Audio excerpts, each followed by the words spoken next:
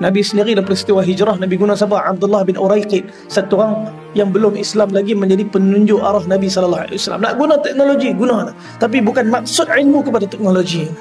Tapi bila maksud ilmu kepada teknologi, kita dah salah. Maksud ilmu ialah akhirnya mengenal siapa yang mencipta kita, dan ke mana pengakhiran kita, dan di mana akhirnya kita bertemu kekasih kita Rasulullah SAW. Sebab tu tuan-tuan, kita nak cerita apa tapi sampai grafin. Kita nak carbon nanotube.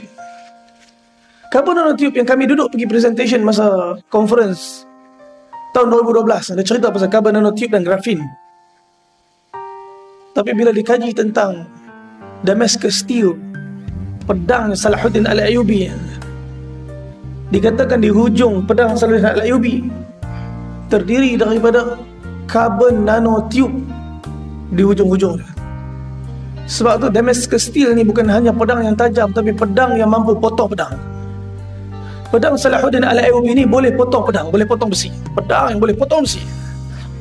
Hari ni ada wood steel. Kalau pergi tengok dekat Jepun, katana semua yang digunakan memang tajam betul. Letak, ambil tisu jatuh, terputih tisu. Wood steel hari ni digunakan untuk buat katana tu. Sampai hari ni mereka masih nak develop carbon nanotube dekat hujung daripada pedang Damascus Steel pada Khalid Salahuddin Al-Ayyubi. Sampai sekarang ni tak dapat nak dibuat dengan sempurna. Tuan-tuan, Allah Subhanahu wa ta'ala memberikan kemahiran yang luar biasa kepada orang Islam di atas keimanan dan keyakinan daripada Allah. Maka tak tumpu pada teknologi, maka tumpu kepada hubungan dengan Allah. Dan daripada tumpuan hubungan dengan Allah, Allah datangkan segala bantuan dan nusrah dia bersama dengan ilmu yang luar biasa, yang beyond the knowledge of the time. Dan hari ni kita tengok, dan kita ikut buntut belakang orang bukan Islam. Kita ikut belakang, teknologi pergi kita kat belakang, kita belakang. Sedangkan di depan kita adalah Tuhan yang menciptakan langit dan bumi. Tahun 2021 saya pergi dekat Geneva. Tuan-tuan tahu dekat Geneva ada satu Large Hadron Collider dekat Switzerland, dekat bawah. Dia punya radius dia sampai ke France. Tuan-tuan, saya pergi saja, kita duduk dengan saintis-saintis, kita tanya, what is the purpose of this study? Kita tahu dah. Sebab mereka daripada dulu nak buktikan bahawa the universe starts with singularity form. From the high dense, from the high temperature, which is unstable state, and suddenly explode dan form the universe. Tuan-tuan, mereka nak cuba bagi tahu wujudnya alam semesta ni dengan satu Big Bang, satu letupan yang besar. Maka mereka telah buat satu Large Hadron Collider nak kaji pasal benda ni. Dan tuan-tuan, dan benda ni sangat bahaya. Mereka akan pecutkan partikel untuk dihempas, dan akhirnya quarks akan pecah, dan itu akan form partikel-partikel yang baru. Sebab tu hari ni kita cuma study, kita ada apa? Proton, neutron dengan elektron dulu.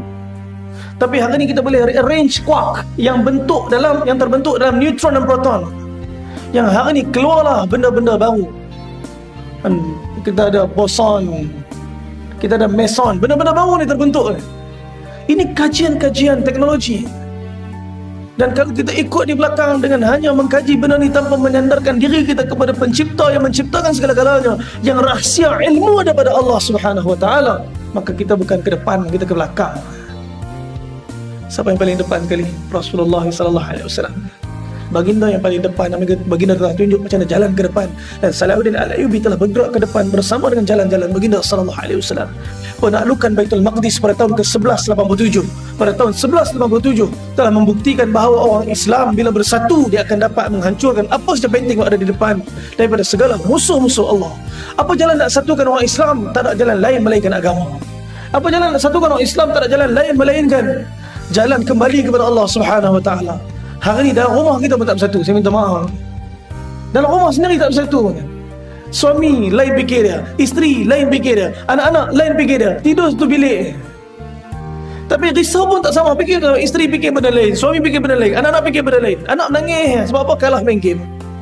Isteri menangis tengok sinetron, cerita Korea. Suami menangis juga tengok Hindustan. Tak menangis, semua menangis kan? Tapi air mata berbeza tujuan keluar. Para sahabat ridwanullahi ajma'in, aliran air mata yang sama. Sayyidina Abdullah ibn Rawaha bangun tengah malam menangis dalam doa dia. Isteri dia bangun tengok Abdullah menangis, duduk belakang menangis sama-sama. Abdullah tanya isteri dia, kenapa kamu menangis ni? Apa menangis sebab apa?